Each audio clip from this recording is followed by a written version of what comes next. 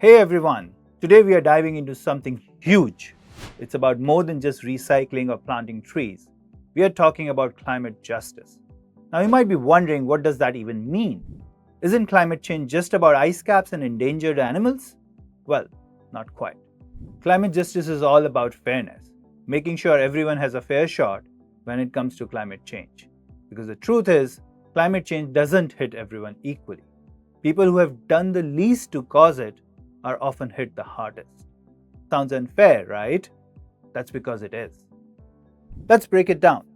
Imagine you live in a wealthy country with tons of factories, cars, and energy use, all pumping out pollution.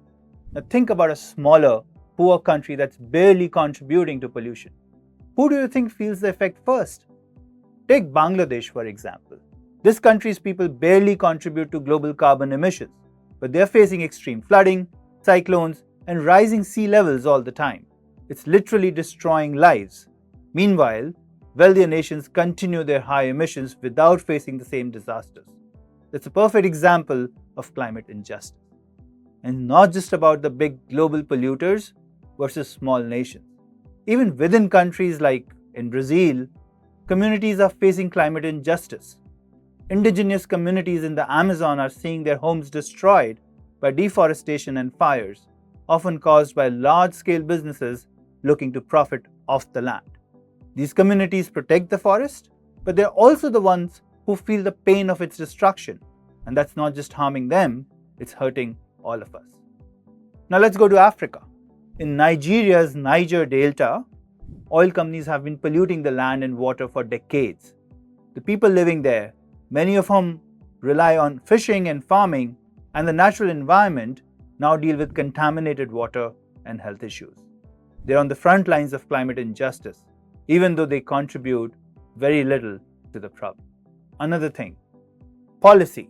People facing the brunt of climate change are often left out of the conversation. This means the policies could help them do not always get made. Imagine trying to solve a problem for a community without ever asking them what they need. And that's a major part of climate injustice. Take the Amazon fires again. Indigenous communities have been calling for protection for years, that international policies often overlook their needs. They know the land better than anyone, but their voices are often drowned out, leaving them without the support they need. And let's talk about something even bigger, climate migration. When extreme weather hits, people have to move. And here's the thing, if you have money, you can migrate pretty easily. But if you don't, then you're stuck dealing with the full impact of climate disasters. In Central America, for instance, droughts are leading to crop failures. Wealthier farmers can often afford advanced irrigation systems or move to less affected areas. But poorer families, they're forced to leave, traveling north for safety and stability, facing huge risk along the way. Climate migration is another form of injustice that hits hardest for those without resources. So how are we connected to all of this? Well, it turns out our everyday choices, how we get around, the stuff we buy, all play a role. If we're driving gas-guzzling cars, that's adding to the pollution. And companies sometimes exploit workers in poor countries while harming the environment.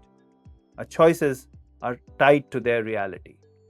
So what can we do about it? First, learn about climate justice. Share it, talk about it. Knowledge is power, and the more people know, the more likely we are to create change together. People like Zai Bastida, an indigenous climate activist from Mexico, have been raising awareness about climate justice worldwide.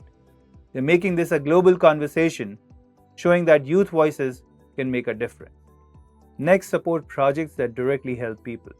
In Kenya, the Greenbelt movement has empowered communities, especially women, to plant millions of trees. It's a powerful example of local solutions making a global impact. Real solutions start on the ground with people in these communities leading the way. And don't be afraid to get creative. Art, music, videos, social media is super powerful. Tools for sharing these stories and inspiring action. Use it to make people care about climate justice as much as you do. At the end of the day, Climate justice is about making sure everyone gets a fair shot at a healthy environment, no matter where they live or who they are. By understanding what's really going on and taking action, we're building a future that is not just greener, but fairer too. So let's work together for a brighter future, one that's fair to everyone. See you on the front line of climate justice. Thank you so much for joining me today. This is Abhishek Singhal, and I shall see you on the next episode of ACadru Explainers, where we shall explore another new area which is going to be relevant to us in the future.